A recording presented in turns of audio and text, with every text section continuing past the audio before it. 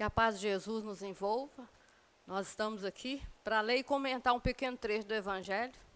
Nós pedimos a boa espiritualidade que nos dê intuição, nos dê o discernimento, para que possamos ser usados como instrumento do bem. Então, o trecho, parábola do mal rico. Havia um homem que se vestia de púrpura e de holanda, e que todos os dias se banqueteava esplendidamente. Havia também um pobre mendigo, por nome Lázaro, todo coberto de chagas, que estava deitado à sua porta, e que desejava fartar-se das migalhas que caía da mesa do rico, mas ninguém las dava. E o cão vinha lamber-lhes as úlceras. Ora sucedeu morrer este mendigo, que foi levado pelos anjos ao seio de Abraão. E morreu também um rico, e foi sepultado no inferno. E quando ele estava nos tormentos, levantando os olhos, viu ao longe Abraão e Lázaro no seu seio. E gritando, ele disse: Pai Abraão, compadece-te de mim, e manda cá Lázaro, para que molhe em água a ponta do seu dedo, a fim de me refrescar a língua, pois sou atormentado nessas chamas. E Abraão lhe respondeu: Filho, lembra-te de que recebeste os teus bens em tua vida, e de que Lázaro não teve senão males? Por isso está ele agora consolado, e tu em tormentos. E demais, que entre vós está firmado um grande abismo, e de maneira que os que querem passar daqui para vós não podem, nem os de lá passar para cá. E disse o rico: Pois eu te rogo, pai, que mandas à casa do meu pai, pois tenho 5 irmãos, para lhes dar testemunho. E não suceda, venha também eles passar este lugar de tormento. E Abraão lhe disse: Ele lá tem Moisés e os profetas, ouça-nos. Disse, pois, o rico: Não, pai Abraão, mas se for eles algum dos mortos, hão de fazer penitência. Abraão, porém, lhe respondeu: Se eles não dão ouvido a Moisés e aos profetas, tampouco deixarão de persuadir, ainda que ressuscite alguns dos mortos. São Lucas, capítulo 16, versículo de 19 a 31. Então, vamos entender essa parábola aqui contada, né, no tempo de Jesus, parábola do mal rico.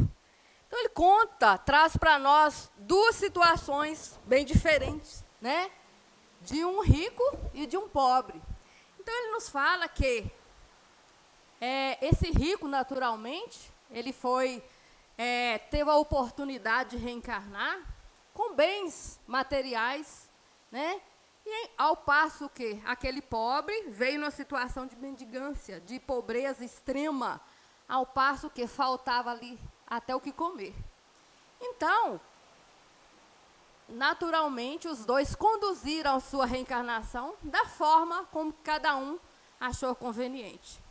Então, ele nos coloca a situação que a maioria escolhe, às vezes na riqueza, às vezes na pobreza, justamente para ter a oportunidade de provar, digamos assim, dessas 2 situações.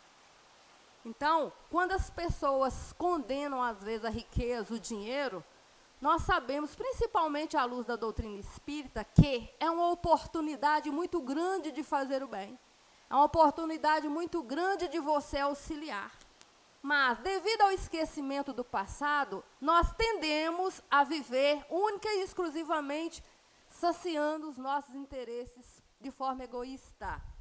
O dinheiro, a riqueza, em momento nenhum a doutrina espírita condena a riqueza em si, mas a forma como as pessoas fazem uso dela. Porque nada não é nosso, nada não nos pertence. Quando reencarnamos, o que encontramos aqui, né? E o que deixamos ao partir, na verdade, é empréstimo de Deus para nós. Mas nós tendemos a ter uma dificuldade muito grande de lidar com isso. Tendemos a pensar, né, só na minha satisfação pessoal, na satisfação das pessoas que eu gosto, da satisfação de dar uma boa vida, em satisfazer os interesses das pessoas que eu gosto, né? E a gente vê que é uma oportunidade enorme de auxiliar o nosso próximo, de dividir com o nosso próximo. E nessa situação aqui do rico, aquele pobre, no caso Lázaro, que estava ali, ele não tinha nem o que comer, né? Ele se saciava com as migalhas que caíam ali da mesa do rico. Mesmo assim, esse rico não se sensibilizou com aquela situação. Ele não se deixou, né, tocar por aquela situação e dividir aquilo com aquele que estava ali mendigando comida, que é o mínimo que nós podemos fazer ao ver um irmão nosso nessa situação. Eu acho que é o mínimo que você pode fazer para uma pessoa que está à sua porta pedindo um prato de comida, pedindo uma água, pedindo algo que vá, né, matar a sua fome ali. Mas essa situação dá essa impressão, quando a gente lê, nossa, mas ele fez isso? Infelizmente, isso é comum nos dias de hoje. Pessoas, às vezes, têm muito e não observar a necessidade daqueles que estão, né, nas ruas, principalmente em cidade grande. A gente observa muito essa situação. Se for numa capital mais próxima de nós, aí a gente vê quantas pessoas ali morando na rua que não tem, né, o básico. Mas, voltando aqui, o que aconteceu nessas duas situações? Ao desencarnar, naturalmente, eles foram para lugares diferentes. O rico que ficou, né, agarrado aos bens materiais, e o Lázaro, o pobre, que viveu naquela situação, ao desencarnar, ele subentende que teve resignação, porque ele fala que ele foi para o seio de Abraão, ou seja, foi para um lugar bom no mundo espiritual, teve, digamos, a tranquilidade, a felicidade no mundo espiritual. Porque também, se ele fosse, né, revoltado, desesperado, não tivesse a resignação, nada valeria também ter passado por uma reencarnação de pobreza, de miséria extrema. Então, ele passou com resignação e no mundo espiritual, ele recebeu, né, todo o amparo, ele foi levado para um lugar tranquilo, onde nada lhe faltava. Ao passo que o rico, né, ele foi para um lugar de tormentas, como o Evangelho fala, de dores, de sofrimento. Porque, na verdade, ao desencarnar, é uma continuação do que nós sentimos. Não há mágica no mundo espiritual. Nós vamos dar sequência aos nossos sentimentos. Se formos agarrados, se somos agarrados, se não trabalharmos isso em nós, no mundo espiritual, nós tendemos a ficar agarrados, preso às coisas materiais. E isso é motivo de dor, de sofrimento no mundo espiritual. Porque você tende a ficar preso às pessoas, à sua casa, à fazenda, a propriedades. E esse rico aqui do Evangelho, ele respondeu, digamos assim, pelas suas atitudes, pelo seu posicionamento enquanto aqui encarnado. E foi para um lugar de sofrimento. Né? Castigo de Deus, não. Né? Ação e reação, consequências das suas escolhas. Ao passo que o resignado, que viveu na miséria, no sofrimento, mas com resignação, no mundo espiritual, ele foi, né, digamos, agraciado devido ao seu desprendimento, devido à aceitação daquela situação. E outra coisa interessante, outro ponto interessante que o Evangelho traz, o quê? Né? Que o rico, em sofrimento, ele lembra daqueles que ficaram aqui e pede, né, mande alguém lá na terra, mande alguém falar com a minha família, com os meus familiares, para ter cuidado, porque eu estou em sofrimento, para que eles não repitam os mesmos erros e venha também para esse sofrimento. Né? Ao passo que é respondido para eles que há um abismo entre esse rico e esse pobre, há um abismo. Não fisicamente falando, mas em termos de vibração, em termos de sentimento, que separa, em termos de evolução, realmente há um abismo. Os dois não poderiam estar no mesmo lugar devido ao sentimento, devido à vibração de cada um.